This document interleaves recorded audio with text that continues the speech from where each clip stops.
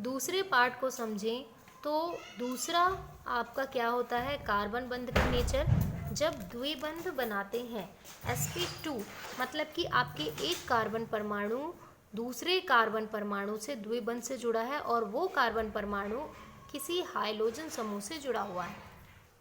अब हमें देखना है कार्बन परमाणु के नेचर, मतलब कि बॉन्ड नेचर को द्विबंध द्वारा, मतलब sp2 संकरित अवस्था के द्वारा।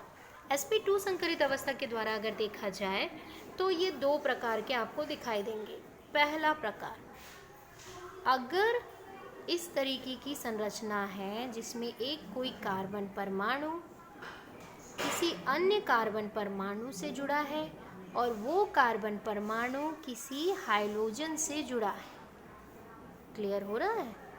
ये देखो, ये कार्बन परमाणु, मतलब हम बोल सकते हैं वह कार्बन परमाणु जो हाइड्रोजन समूह से जुड़ा है और वह किसी अन्य कार्बन परमाणु से द्विबंध में बंध बना रहा है। तो इसमें हम ऐसे कार्बन परमाणुओं को हम क्या कहते हैं?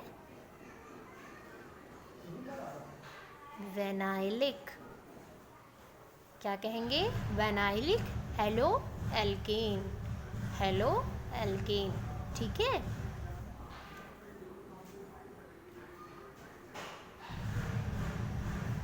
Hello alkane, vinylic halo alkane. क्यों वेनाइलिक कहेंगे? क्योंकि देखो, ये कार्बन परमाणु जिससे हाइड्रोजन जिससे जुड़ा हुआ है वो कार्बन परमाणु क्या कर रहा है? द्विबंध बना रहा है। एक बार एकदम सटीक ध्यान दो, जो हाइड्रोजन समूह जुड़ा है जिस कार्बन से, वह कार्बन क्या कर रहा है? द्विबंध से जुड़ा है, मतलब ये द्विबंध बना रहा है किसी अन्य कार्बन परमाणु से, तो उसको वेनाइलिक कहेंगे। अगर आपको इस तरीके से दिखाई दे जिसमें कोई कार्बन परमाणु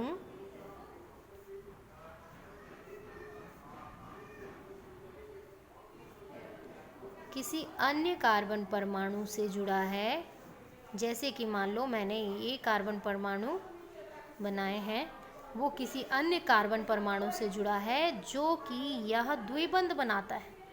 देखो, फिर से बता रही हूँ, जिससे हाइड्रोजन समूह जुड़ा है, जिस कार्बन से हाइड्रोजन समूह जुड़ा है, वह कार्बन उस कार्बन से जुड़ा है जो द्विबंध बनाता हो। ठीक है, हाइड्रोजन समूह जिस कार्बन से जुड़ा है वह कार्बन उस कार्बन से जुड़ा है जो द्विबंध बना रहा है। क्लियर हो रहा है? तो उसको हम कहते हैं एलाइलिक। क्या कहते हैं? Allylic halo alkane. क्लियर हो रहा है? ये बहुत इंपॉर्टेंट चीज़ है, क्योंकि आपको ऐसे स्ट्रक्चर मिलेंगे जिसमें आपको IUPAC नेम में ये यूज़ करना पड़ेगा, वेनाइलिक एलाइलिक, आपको पहचानना होगा। तो यही देखो, जो हाइड्रोजन समूह जिस कार्बन से जुड़ा है वही अगर द्विबंध बनाए तो वेनाइलिक, जो हाइड्रोजन समूह जिस कार्बन परमाणु से जुड़ा है वह कार्बन किसी अन्य कार्बन से जुड़ा है जो द्विबंध बनाता हो। ये वाला कार्बन द्विबंध बना रहा है ना, ये तो नहीं। अगर देखें तो ये कार्बन आपका क्या है? एकल बंध से जुड़ा है, मतलब ये कार्बन sp3 अवस्था पे है, और ये जिस कार्बन से जुड़ा है वो कार्बन sp2 अवस्था पे। तो ऐसे चैन वाले संरचना को हम एलाइलिक हेलोएल्केन कहते हैं। यहाँ तक क्लियर हुआ? तो यहाँ पे आपका क्लासिफिकेशन टोटल कंप्लीट होता है। त्रिबंध वालों को सिर्फ एरिल कहा जाता है, मतलब कोई कार्बन परमाणु है जो किसी अन्य कार्बन परमाणु से त्रिबंध में जुड़ा है और वह कार्बन किसी हाइड्रोजन से जुड़ा है, तो उसे हम कहते हैं एरिल। ठीक है, एरिल। तो त्रिबंध का उपयोग नहीं होता है। द्विबंध और प्रथम बंध के, है ना, आधार पे वर्गीकरण और आपके क्लासिफिकेशन और आपके बोल सकते हैं कि रासायनिक गुणों का बहुत इम्पोर्टेंट है। रासायनिक अभिक्रिया इन पे और प्राथमिक, मतलब कि इस बंध पे निर्भर करेगी। sp3 और sp2 संकरित अवस्था या कार्बन के बंध के व्यवहार पर निर्भर करती है पूरी रासायनिक अभिक्रिया। तो अब हेलो एल्केन के बनाने की विधि की ओर चलते हैं। बहुत सिंपल टॉपिक है।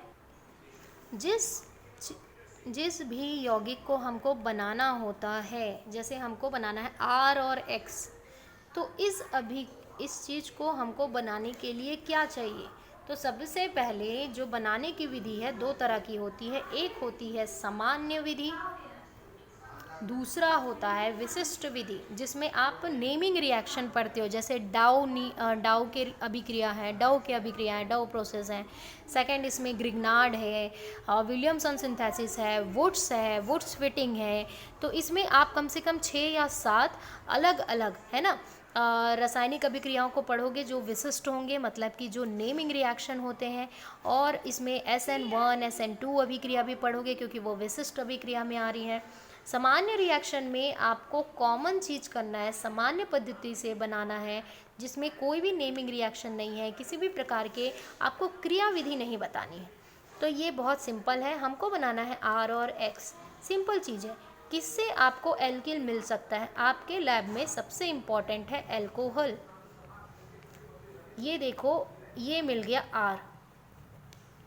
अब इस एल्कोहल की क्रिया किससे कराएं कि हमको X मिल जाए, R और X मिल जाए? तो अम्ल की कुछ बूंद डाल देते हैं। ये देखो मिल गया हमको X। क्लियर है? ये X और ये R दोनों को आपस में मिला दो, मिल गया R और X, मतलब कि CH3Cl हमारा हेलो एल्केन बन गया, जो सामान्य विधि से था। बचा हुआ क्या है हमारे पास?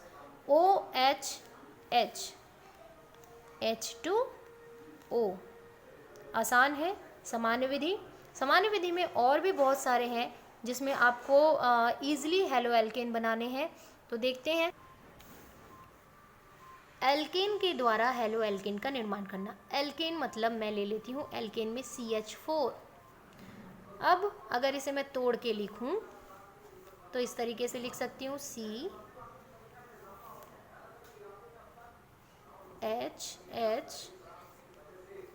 अब इसके साथ किसकी क्रिया कराऊं कि हमको CH3 मतलब एक एल्किल समूह और आपको क्या मिल जाए?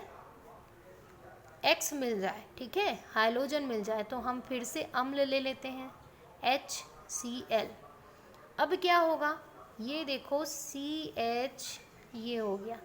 यहाँ पे जो हाइड्रोजन इससे जुड़ा है, एक बंध, याद रखना, एक बंध बनाने में कितने इलेक्ट्रॉनों की ज़रूरत होती है? 2 इलेक्ट्रॉनों की ज़रूरत होती है। यहाँ से हम बंध को ब्रेक करेंगे, तोड़ेंगे, ठीक है। तो ये हाइड्रोजन अपना एक इलेक्ट्रॉन लेके इस हाइड्रोजन, अब यहाँ पे भी एक बंध है जिसमें ये 2 इलेक्ट्रॉन है, यहाँ पे भी एक ब्रेक हुआ। क्लोरीन अपना एक इलेक्ट्रॉन लेके यहाँ जुड़ जाएगा, CH3Cl। क्लोरीन का एक इलेक्ट्रॉन, कार्बन का एक इलेक्ट्रॉन, यहाँ पे एक बंध बना, ठीक है। मैं इलेक्ट्रॉन इसलिए शो कर रही हूँ ताकि आपको क्लियर हो कि किस तरीके से बंध का टूटना होता है, क्लीवेज होता है, और फिर किस तरीके से उस बंध में इलेक्ट्रॉनों का संयोजन होता है, इसलिए मैं इसे मेंशन की हूँ।